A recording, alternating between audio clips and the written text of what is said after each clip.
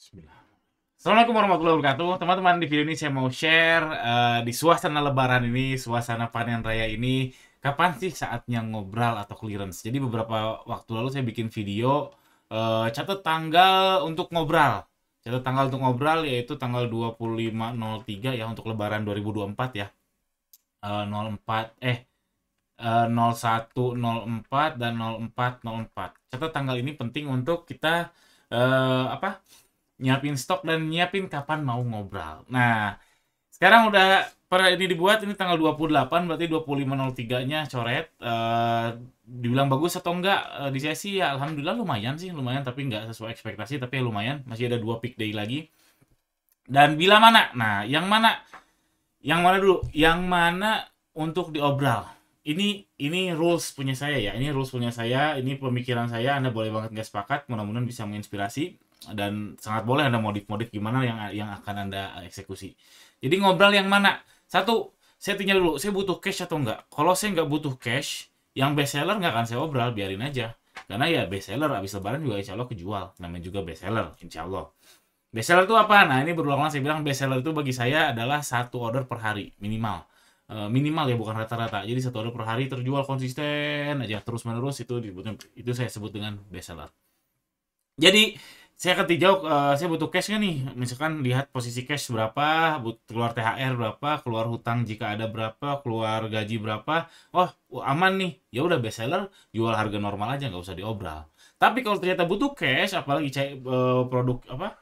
Apalagi uang kita belum cair-cair, misalkan di TikTok, di Shopee belum cair-cair, ya terpaksa harus digenjot, perbanyak barang keluar biar lebih banyak peluang cepat cairnya. Karena ya mungkin ada yang kirim lebih cepat, ada kurir yang cepat dan sebagainya. Itu akan saya obral. Best seller yang diobral jika butuh cash.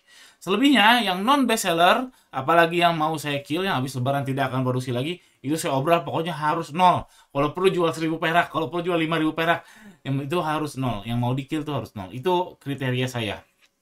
Lalu yang di tengah-tengah antara best seller sama non best seller, nah itu saya lihat biasanya saya ambil kalau di atas 10 akan saya obral, atau di kurang dari 10 itu nggak akan saya obral. Ya sudah, biarin lah, anggap aja dead stock, anggap aja untuk bagi-bagi, ya laku syukur, gak juga nggak apa-apa, toh cuma 10 pieces dan seterusnya.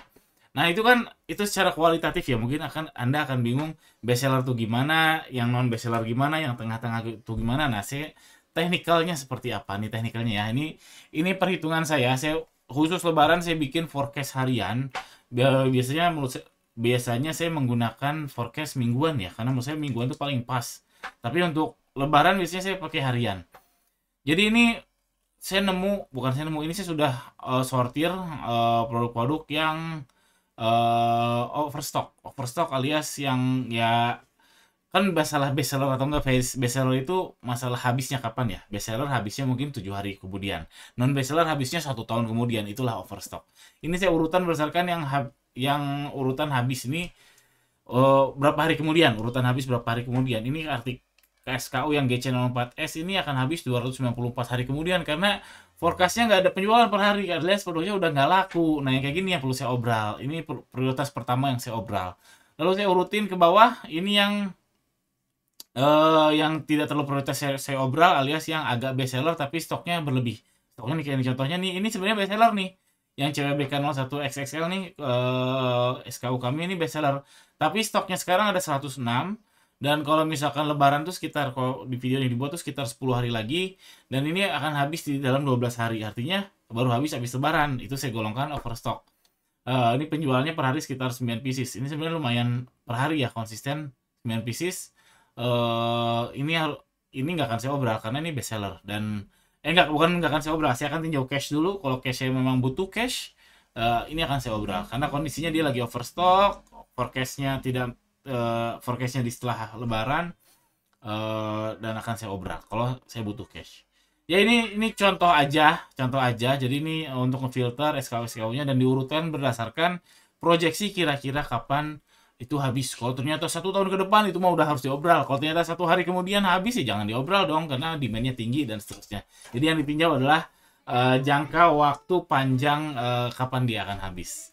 Itu produk yang mana. Secara teknikal tadi cuma contoh aja, format teman-teman bisa macam-macam. Itu format saya.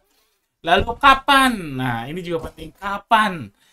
Ini saya nggak bisa buktiin secara angka ya. Cuman setelah saya cobain macam-macam ngobrol, paling benar itu untuk lebaran ya. Ini spesifik lebaran. Tapi kalau non lebaran beda lagi.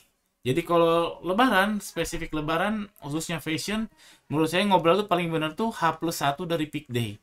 Ini saya nggak bisa buktiin secara ada angka ya, cuman feeling aja. Saya pernah nyobain yang di hari H big day.